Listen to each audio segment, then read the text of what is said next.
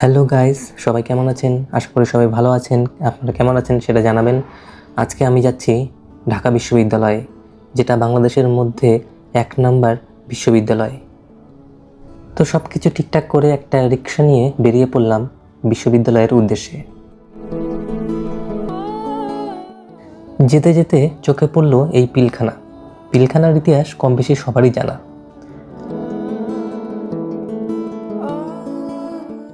গন্ডগোল এবং মারামারি নিয়ে ঢাকা কলেজের খবর প্রতিনিয়তই পাই আমরা। এটা হচ্ছে নিউ মার্কেট। এখানে লোকজন এখন নেই বললেই চলে, কারণ এখন সকালবেলা, কিন্তু অন্য সময় এখানে হাঁটাই যায় না।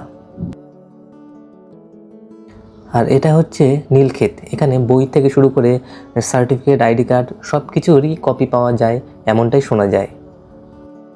দেখতে দেখতেই চলে আসলাম ঢাকা বিশ্ববিদ্যালয়ে।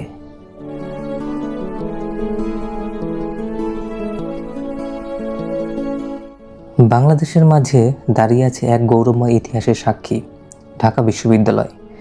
শুধু এটি একটি প্রতিষ্ঠান নয়, এটি একটি আন্দোলনের জন্মভূমি, একটি স্বপ্নের নাম।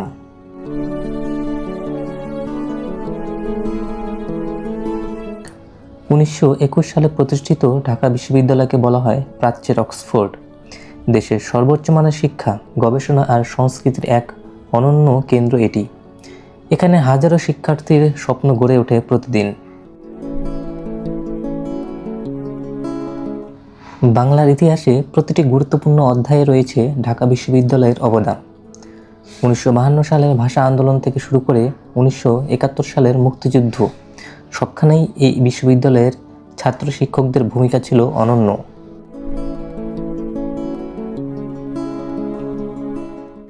এখানে রয়েছে আমাদের জাতীয় কবির কবরস্থান এবং মধুর ক্যান্টিন, যেটাকে বলা হয় রাজনীতির আঁতুড়ঘর।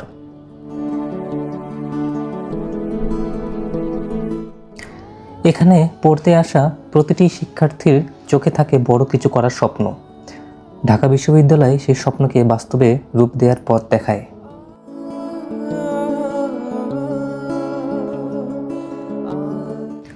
ঐতিহাসিক কার্জন হল, কলাভবন আর সবুজে ঘেরা ক্যাম্পাস, সব মিলিয়ে ঢাকা বিশ্ববিদ্যালয় এক অপরূপ সৌন্দর্যের নাম। এখানে প্রতিটি কোণেই লুকিয়ে আছে ইতিহাসের ছোঁয়া।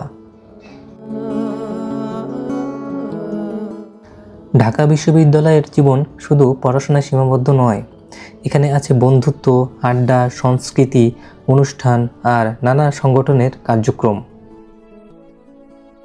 যেই মুহূর্তে আমি ভিডিও করছিলাম, আসলে এই সময় আসলে লোকজন নেই বললেই চলে, কিন্তু অন্য সময় এই সব জায়গা লোকজনে ভরে থাকে। ঢাকা বিশ্ববিদ্যালয় শুধু একটি প্রতিষ্ঠান নয়, এটি একটি অনুভূতি, যে অনুভূতি বয়ে নিয়ে চলে হাজারো স্বপ্ন আর সম্ভাবনা। আপনি যদি এই গল্পের অংশ হতে চান, তবে স্বাগতম ঢাকা বিশ্ববিদ্যালয়ে। এখানে আসলে এখানকার পরিবেশ আপনাকে মুগ্ধ হতে বাধ্য করবে। যদি এসে থাকেন তাহলে অবশ্যই জানাবেন আপনার কেমন লেগেছে।